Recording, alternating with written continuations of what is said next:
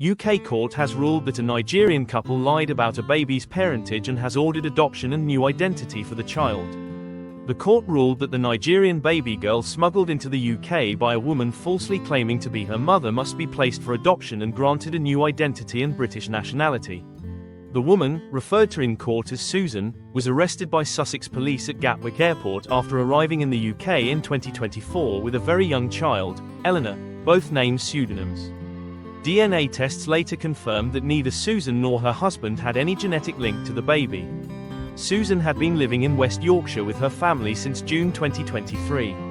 Prior to travelling to Nigeria in early June 2024, she had told her GP that she was pregnant and intended to give birth in her home country. But medical scans and blood tests showed no pregnancy. Instead, doctors found a tumour they feared could be cancerous, which she refused to treat. Despite the findings, Susan insisted she was pregnant, telling her employer, "My babies are always hidden." She also claimed her previous pregnancies had lasted up to 30 months and were undetectable via ultrasound. After returning from Nigeria with the baby, Susan informed her local hospital that she had given birth. Her doctors, unconvinced, contacted child services, prompting police to arrest her. Eleanor was taken into foster care, and DNA tests were ordered for Susan, her husband, and the child. When the tests returned negative, Susan demanded a second round, which confirmed the results.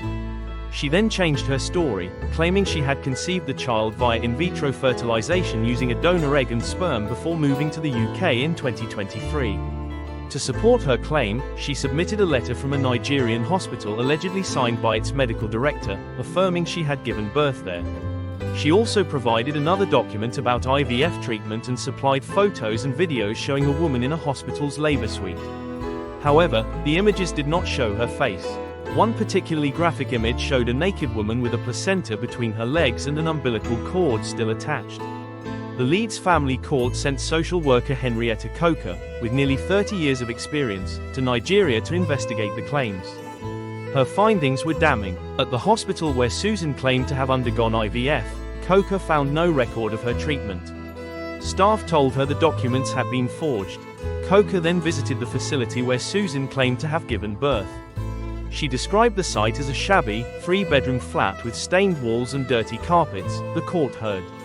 Coker added, "I was met by 3 young teenage girls wearing nurses' uniforms. When I asked to see the matron, I was ushered into the kitchen, where a teenage girl was eating rice. She eventually tracked down the doctor who allegedly signed the birth letter. He admitted that someone had given birth, but, when shown Susan's photo, shook his head and denied she was the patient. Impersonating people is common in this part of the world," the doctor told her, suggesting that Susan may have bought the baby. Despite her investigation, Coker was unable to determine the identity or origin of baby Eleanor. The doctor said he believed the child had been voluntarily given up. Further revelations emerged in court. Susan's phone, seized at the judge's request, contained messages to a contact saved as "Mum off sick Lagos baby." One message from Susan, sent about 4 weeks before the supposed birth, read, "Good afternoon Ma, I have not seen the hospital items." The same day, the recipient replied, "Delivery drug is 3.4 meters. Hospital bill 170K. The court was told the messages had been set to automatic self-destruct mode, which the local authority said was clear evidence of a deal to purchase a baby.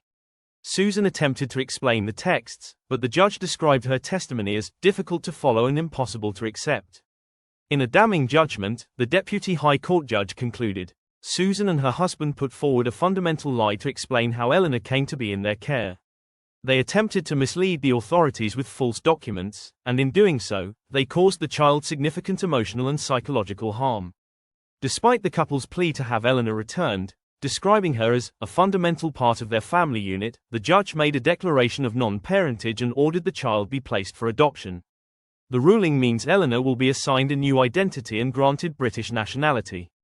The case echoes a similar incident in April, when UK Border Force officers intercepted another Nigerian couple attempting to bring in a baby, later identified as Lucy, who was not biologically theirs.